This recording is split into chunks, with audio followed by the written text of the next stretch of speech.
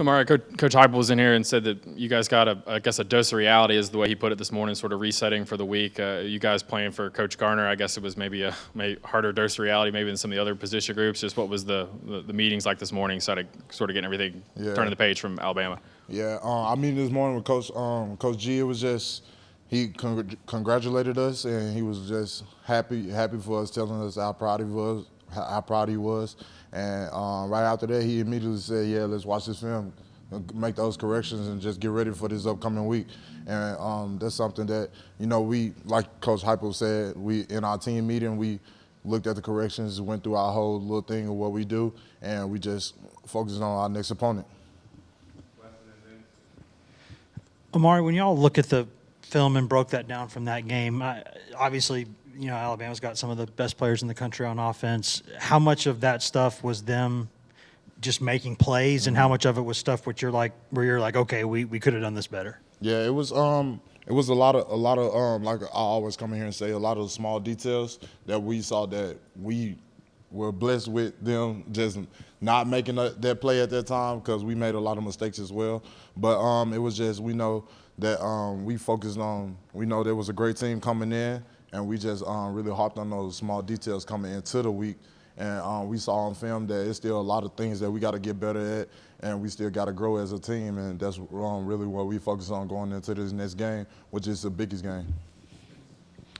Mark, just from your perspective, what the celebration afterwards of the fans rushing onto the field, the goalposts leaving the stadium, and all that, how do you kind of summarize what you saw? It's lost for words, honestly.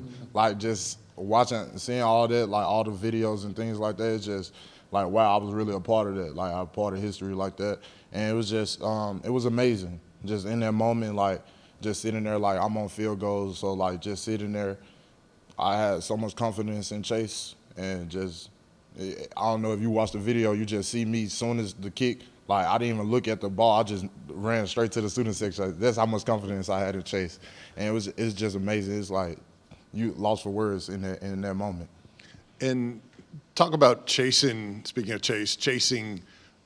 Bryce Young in that game where he was so elusive, but you guys continue to stay after it. Talk about that. Right, he's just Bryce is a great player.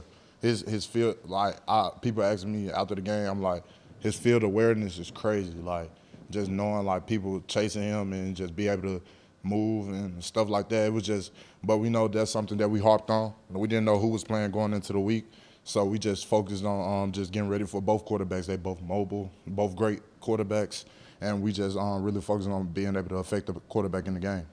We'll go Paige, Adam, and then Reese. Back here, similar to Vince's first question about the fans and how loud it was. During the game, could you feel how loud it was? I mean, this has to be one of the more fun times to be playing for Tennessee. Yeah. Oh, yeah, you definitely feel it for sure. You feel it. You just, in that moment, but you in the game for business. You there, you trying to win the game. You're doing everything to block out, especially like just making sure we hearing the linebackers talk, the D-line talking to each other. But yeah, you definitely hear it in the game. And just when the fans are helping us like create negative plays, just offsides and different things on their offense, it's a good feeling to feel. Still got half of a regular season left. Mm-hmm. What can players do to make sure this isn't the peak of this season? I'll say a small thing that a lot of us have been talking about now is just being in the training room.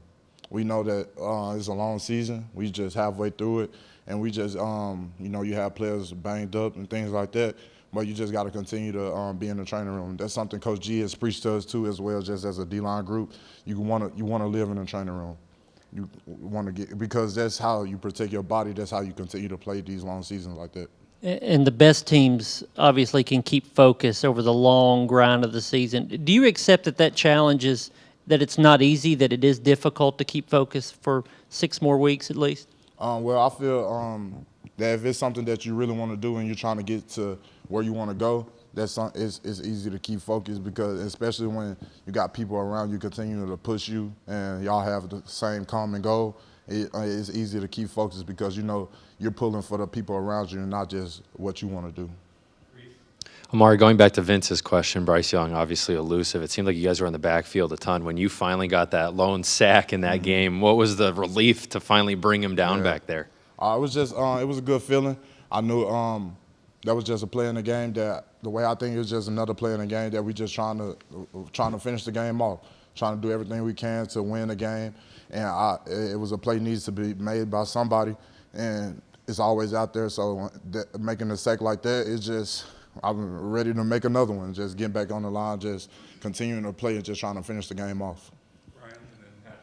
Omari, I saw pictures where a lot of you guys posed for pictures with Peyton Manning and some of the other former Vols that were in the locker room. Did any of those guys talk to the team or talk to you individually, and just what did they say about how much that game meant to them? Yeah, I just I got a chance. I talked with Al Wilson, and it's just he was so happy for us, like just being able to like just get a win like that. He was happy for everybody on the team. I was just talking to him afterwards, and he was just telling us how to keep going.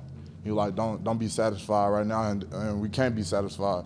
We know that's a great win for our program, and that tradition against two great teams like that. But we know we got to keep going. We got to be 1-0 every week. Well, you talked about chasing Bryce around. You had the one play where they reviewed it for targeting. Were you, when they were looking at it, were you nervous? Did you think you were okay? Kind of, what was your thought process there about that play when they were looking at it? Yeah, in that play, it's just, we go out here every week. We're not trying to physically and purposely hurt anyone. Like, it's just a true football play. Like, I didn't try to purposely hurt them or anything like that. And so it's just really in that play, in that moment, I was like, I really didn't know it was like being reviewed until we were in a huddle and Coach G was like talking to me about it. I was like, I didn't really feel like I had did anything, but we're not going out here purposely doing anything or nothing like that to hurt anyone. So I just felt like I just tried to make a football play and get a good hit on the quarterback. Mar, the offensive line played incredible. I know you went up against them a lot in practice. Did you kind of see them coming together like this to this level against that kind of opponent? Mm-hmm. Yeah, they have been gelling, and they've been gelling. We see it all the time just in our group work. They just always encouraging each other. They always pushing each other to do better, and they always just coaching each other up. And I feel like that's something that they're doing good at. They just playing for each other, honestly. That's what we're trying to do as a team, just continue to play for each other. Eric, last question. Omari, you get the big win against Alabama. Okay, in 2 weeks you got back into SEC play with Kentucky and Georgia and so forth. As a leader on this team, what's the challenge about this week to continue the same preparations and to play at a high level? Oh, well, we look at every week. We not worried about. We look at our next opponent.